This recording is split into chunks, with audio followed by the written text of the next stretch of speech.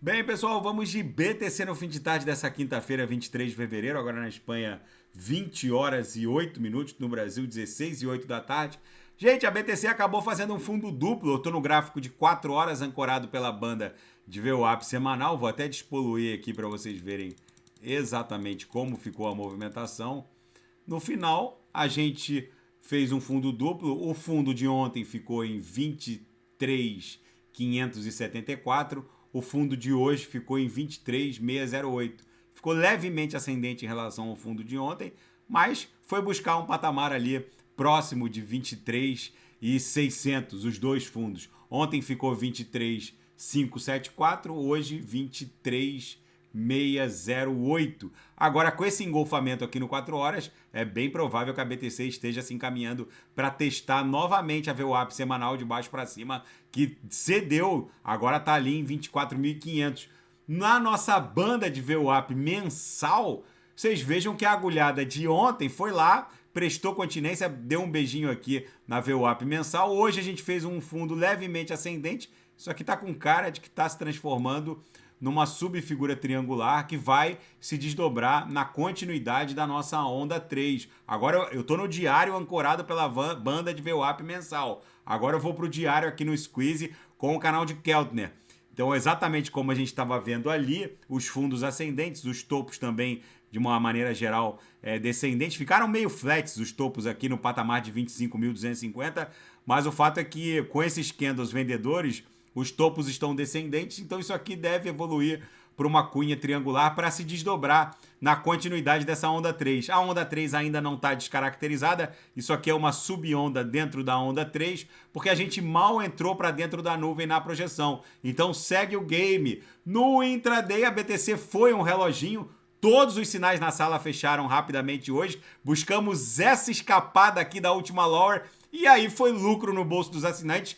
No copy trading, boa parte dos sinais já fecharam, alguns ainda estão abertos, mas vão fechar, já que a BTC está arrumando forte em direção a VWAP aqui no intraday, vai buscar 24.200 por ali, vai fechar tudo no gain. Na seara fática, Sam Bankman-Fried é acusado de mais um crime, uma série de crimes, agora uma acusação contra Sam Bankman-Fried foi apresentada no Distrito Sul de Nova York, inclui conspiração para cometer fraude bancária, conspiração para operar negócio não licenciado, fraude em commodities, na negociação de commodities e valores mobiliários, ou seja, a situação do Sam Bankman-Fried só vai se enrolando cada vez mais e a quantidade de ETH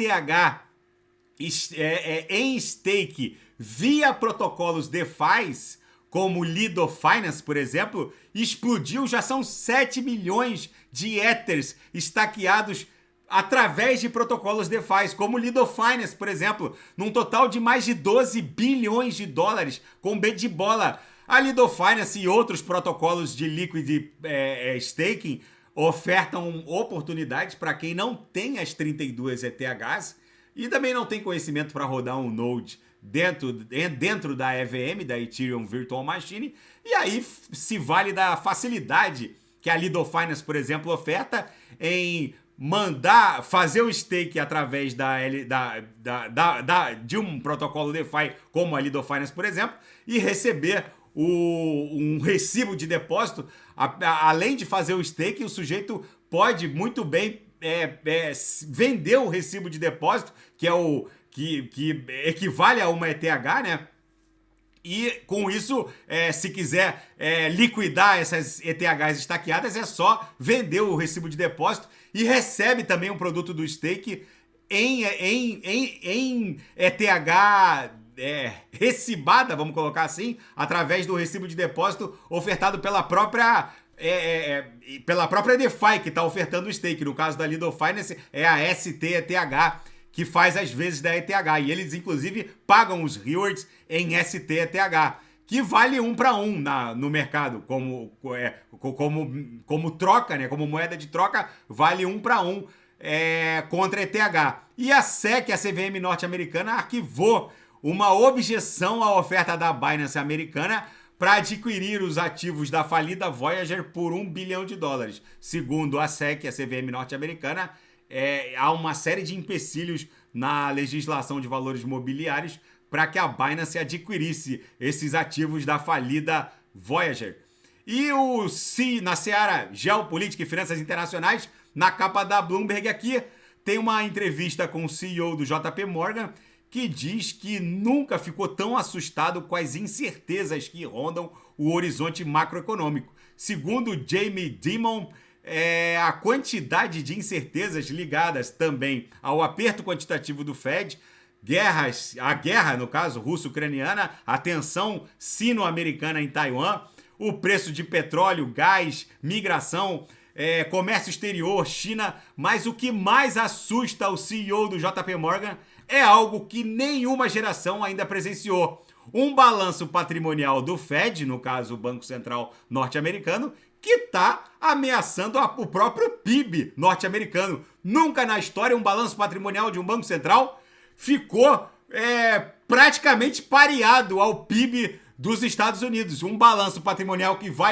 que aumentou exponencialmente não vai secar assim tão fácil. Segundo ele, nenhuma geração viu isso ainda e é possível que o Fed esteja eventualmente enxugando gelo, porque se eles continuarem aumentando o target final da taxa básica de juros, eles resolveram na última ata, eles pontificaram que não vão aumentar a agressividade com que a taxa vai aumentando, que fica ainda em 0,25%. Mas eles estão dando a entender que o target final dos juros pode até ser 6%. Antes era 5%, agora o target pode ser 6%.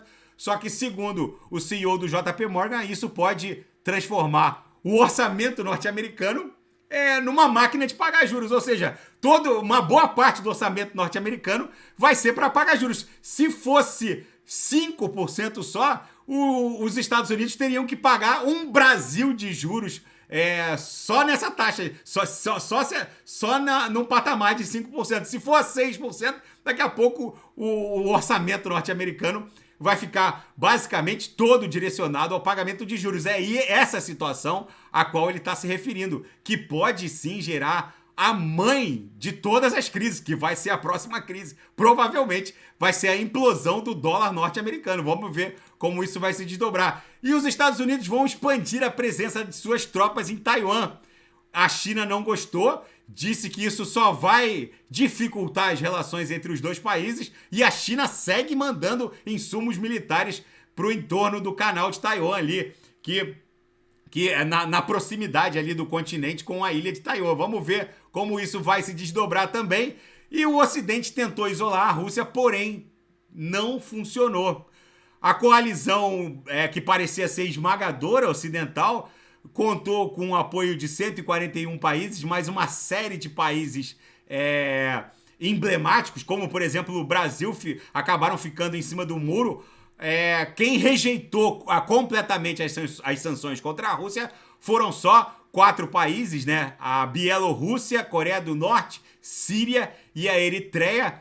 Muitos países com uma larga tradição de apoiar as decisões de uma maneira geral norte-americanas também ficaram em cima do muro. O Brasil, por exemplo, agora se nega a fornecer munição para a Alemanha, já justamente porque a Alemanha está pedindo munição ao Brasil para poder entregar aos ucranianos. O Brasil não quer participar diretamente desse conflito. Então, países como Emirados Árabes Unidos, Brasil, ficam ali em cima do muro. Ou seja, o que era para ser uma grande coalizão global contra a Rússia virou um grande fiasco, e a Rússia está surfando esse crash global que eles mesmos impuseram quando iniciaram essa guerra. Enfim, gente, o mundo tá maluco. A BTC agora tá acumulando para retornar em direção ao VWAP semanal, que tá lá em 24.500, vamos colocar. No gráfico diário, ainda segue vigente a nossa onda 3, que vai buscar $30 mil.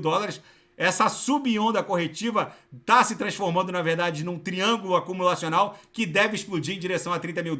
Não mudou essa pernada impulsiva de número 3. Na projeção, a nebulosidade esverdeada sequer perdeu espessura, o que denota que os compradores estão no total controle da BTC aqui no diário. Tá bom, pessoal? Se nada fugir do script, eu volto amanhã para analisar a própria BTC. Fiquem com Deus e quem quiser sugerir alguma análise, é só colocar nas mensagens abaixo. Até amanhã, fiquem com Deus. Grande abraço.